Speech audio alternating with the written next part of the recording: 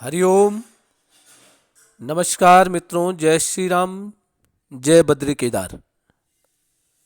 मित्रों, एक बार पुनः आपका स्वागत कर रहा हूँ श्री शिव शक्ति आध्यात्मिक चैनल पर,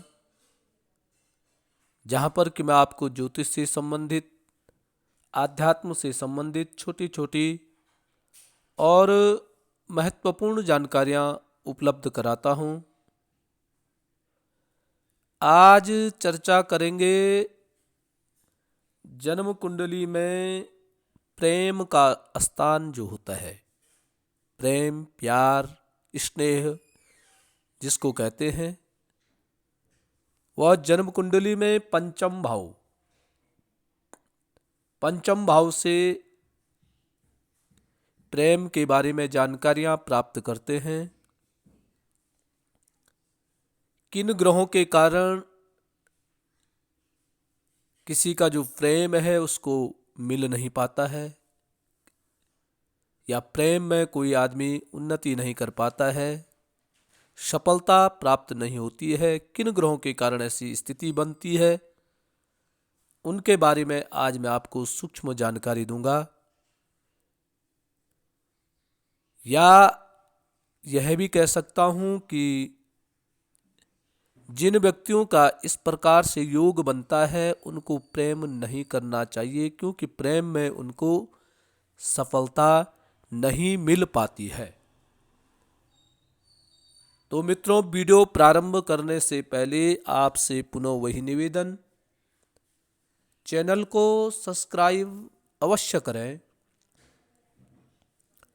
वीडियो को अंत तक देखें, और यदि आपकी समझ में आती है, अच्छी आपको लगती है, शेयर भी अवश्य करें।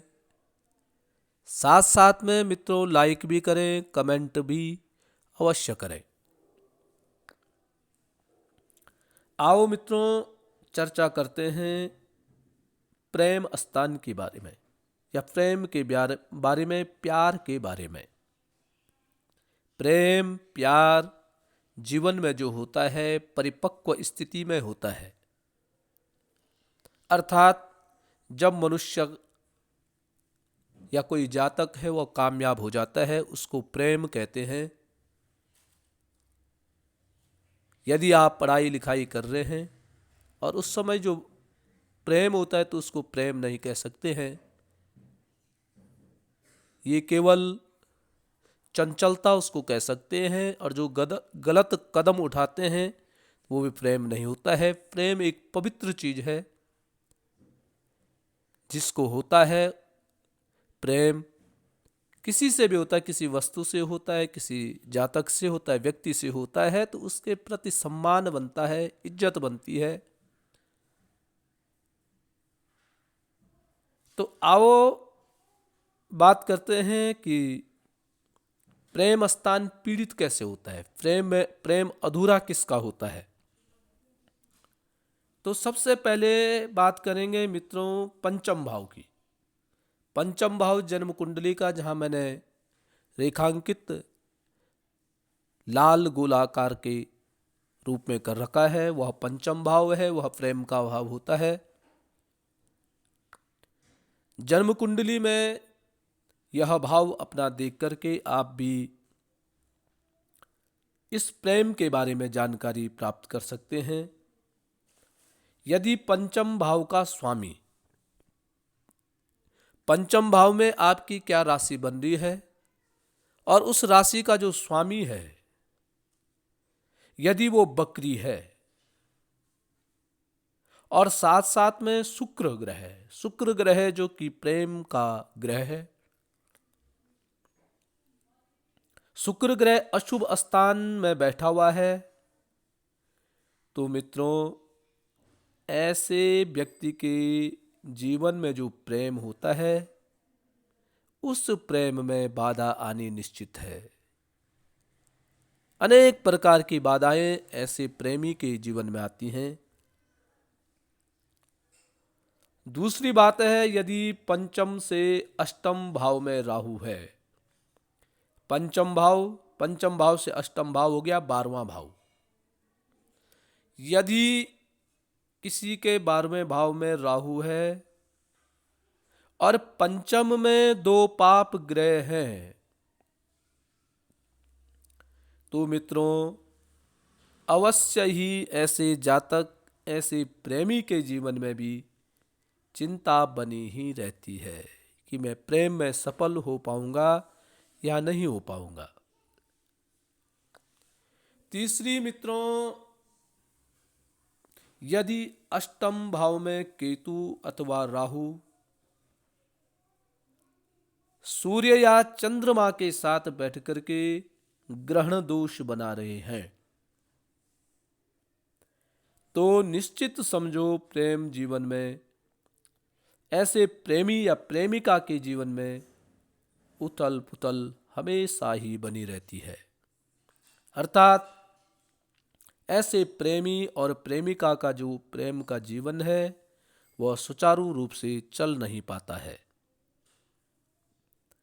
अगला है मित्रों, यदि अष्टम में राहु है और पंचम भाव में शुक्र और चतुर्थ भाव में शनि हो और चंद्रमा तथा एकादश भाव का जो स्वामी है वो पीड़ित हैं, तो प्रेमी और प्रेमिका के जीवन में अवश्य ही बाधाएं उत्पन्न होने लग जाती है। मित्रों, यदि नवम अंश कुंडली में, नवांश कुंडली में त्रिकेश और नवांश लग्न का स्वामी और शुक्र पाप कर्तरी में है, तो तब भी प्रेमी और प्रेमिका के जीवन में अनेक प्रकार की बाधाएं उत्पन्न होती हैं। साथ में मित्रों, यदि राहु नवांश और लग्न दोनों जगह अष्टम भाव में है और अष्टमेश जो है वो बलवान होकर के केंद्रस्थ है और पंचमेश शत्रु राशि में है, तो प्रेमी प्रेम जीवन में छल का योग बना रहता है। साथ साथ में मित्रों, यदि पंचम भाव आपका पीड़ित है तब भी प्रेमी प्रेमिका के जीवन में अनेक प्रकार की बाधाएं आती हैं। साथ साथ में यदि पंचमेश 6, 8, 12 भाव में विराजमान है तब भी प्रेमी प्रेमिका के जीवन में बाधाएं उत्पन्न हो जाती हैं। या पंचम भाव को कोई पाप ग्रह देख रहा है या पंचम भाव को कोई पीड़ित ग्रह दिख रहा है, तब भी प्रेमी के जीवन में बाधाएं आती हैं। या शुक्र ग्रह पीड़ित हो या शुक्र ग्रह को कोई पाप ग्रह दिख रहा है या शुक्र ग्रह किसी पापी ग्रह के भाव में हो, तब भी प्रेमी प्रेमिका के जीवन में बाधाएं उत्पन्न होने लग जाती है। मित्रों, यदि किसी भी जातक के जीवन में इस प्रकार के ग्रहों की स्थिति है तो उनको प्रेम में बचना चाहिए और प्रेम से दूर रहना चाहिए। तो मित्रों, आज के लिए बस इतना ही। कल पुनः किसी नई जानकारी के साथ आपके सामने प्रस्तुत होऊंगा। तब तक के लिए नमस्कार, प्रणाम, जय श्री राम, जय बद्री केदार।